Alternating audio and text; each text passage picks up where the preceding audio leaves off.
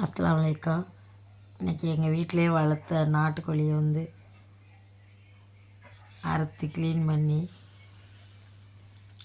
எங்கள் தோட்டத்தில் விறகடுப்பில் செஞ்சோம். அல்ஹம்துலில்லாஹ்.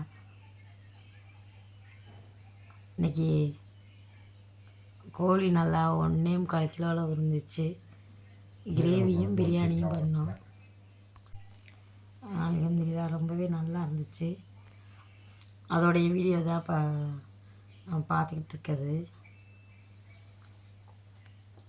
கோழி அறுத்து இந்த மாதிரி தான் க்ளீன் பண்ணணும். சுடுதண்ணியில் போட்டு அந்த முடியெல்லாம் க்ளீன் பண்ணி எடுத்துட்டு அதுக்கப்புறம் கட் பண்ணி மஞ்சத்தூள் போட்டு சுத்தமாக கழுவி எடுத்து 2ஆக பிரிச்சுக்கிட்டேன். பிரியாணிக்கு பாதி, கிரேவிக்கு பாதியா. அல்ஹம்துலில்லாஹ். அப்புறம் பிரியாணியும் கிரேவியும் செஞ்சாச்சு. செஞ்சு சாப்பாடும் வச்சு அல்ஹம்துலில்லாஹ் சாப்பிட்டோம். ரொம்பவே நல்லா இருந்துச்சு. இன்றைக்கி பாஸ்மதி ரைஸ் போடாமல் ஜீரக சம்பா தான் ரைஸ் போட்டு தான் செஞ்சோம். நல்லாவே இருந்துச்சு. அல்ஹம்துலில்லாஹ். இன்றைக்கி நாட்டுக்கோழி பிரியாணி, நாட்டுக்கோழி கிரேவி, வெங்காயம் தயிர் போட்டு ரைத்தா, அப்பளம். அல்ஹம்துலில்லாஹ்.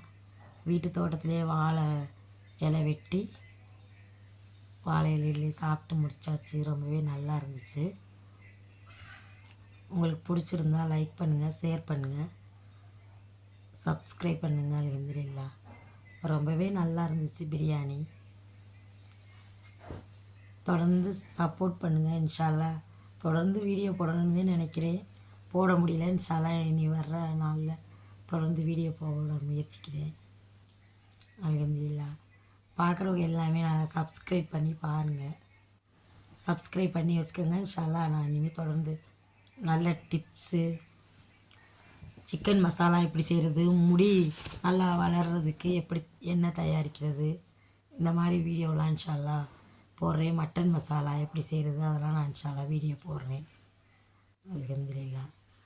நீங்கள் தொடர்ந்து சப்போர்ட் பண்ணுங்கள், சப்ஸ்கிரைப் பண்ணுங்கள். அஸ்ஸலாமு அலைக்கும்.